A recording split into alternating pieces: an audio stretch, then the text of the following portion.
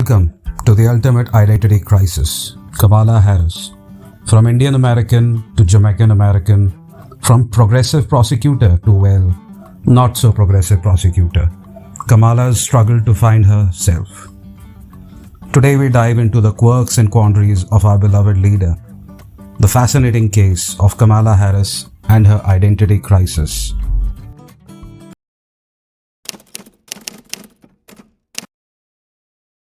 Kamala Harris, the first female, first black, and first South Asian Vice President of the United States.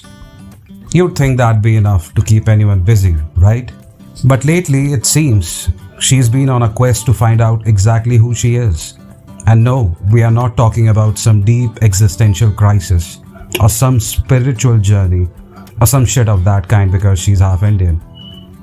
This is the kind where you can't decide if you're a cool aunt or a strict school principal. In her own words, my mom was a scientist, which is great.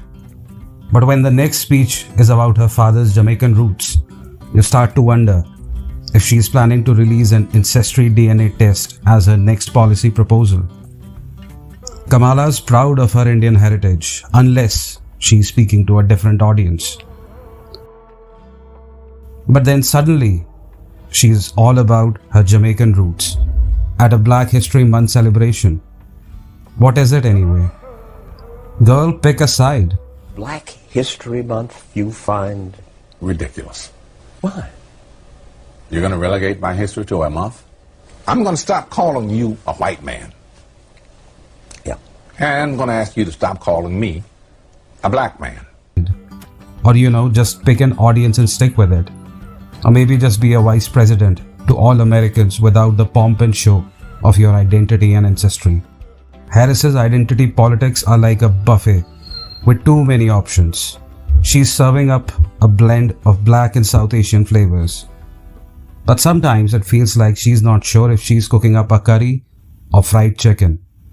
She's still navigating her unique political persona, which, let's say, is a work in progress.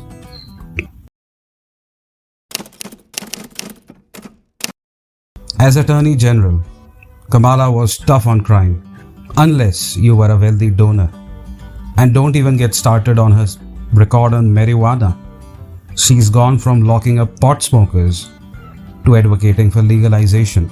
Says she's proud of her record as a prosecutor and that she'll be a prosecutor president, but I'm deeply concerned about this record.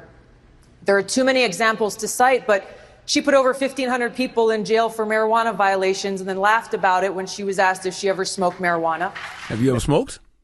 I have. Okay. Like in And college, I inhale. I did inhale. Okay. I guess that's what they say when they mean evolved. Or maybe she just evolved her way into the presidential run. 1 minute, she's advocating for tough on crime policies, and the next, she's reminiscing about summer barbecues. I mean, who knew being a vice president came with the added bonus of being an honorary member of every regional potluck? And let's not even talk about her speeches. One moment, she's discussing her upbringing in California, and the next, she's quoting her mother's favorite recipes. It's like a cooking show where the main ingredients is Kamala's conflicting identities.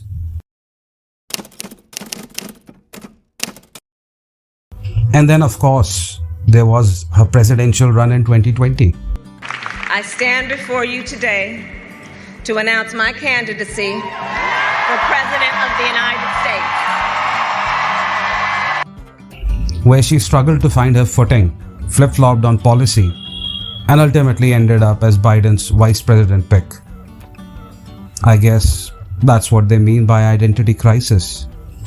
Or maybe she just wanted to be part of I'm Not Trump club.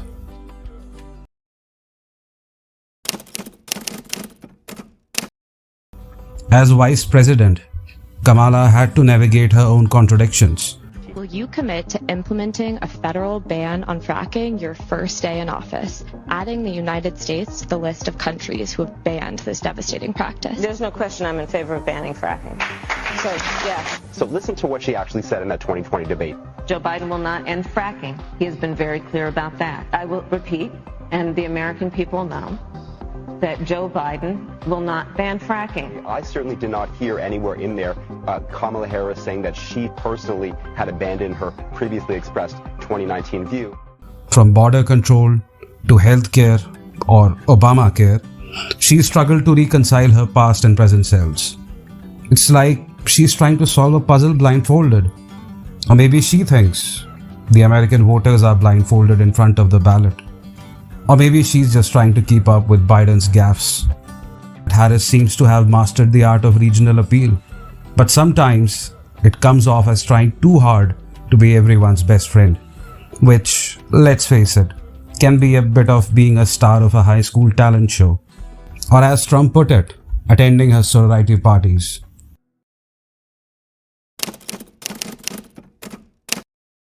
A multifaceted persona, which is just a polite way of saying that pinning down her exact political identity can be as tricky as predicting the weather in a tropical storm.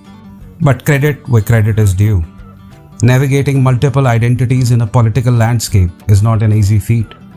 Kamala Harris is a real-life kaleidoscope, ever-changing, ever-complicated.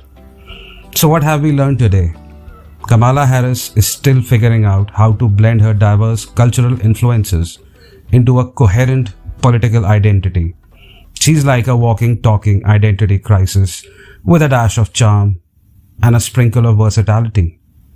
And there you have it, folks, Kamala Harris, the ultimate identity crisis. But hey, at least she's being consistently inconsistent. And she has continued to navigate the ever-complicated terrain of politics. One thing is for sure, Kamala Harris will keep us guessing. And that's never a dull moment. Until the next time, stay tuned for more political peculiarities.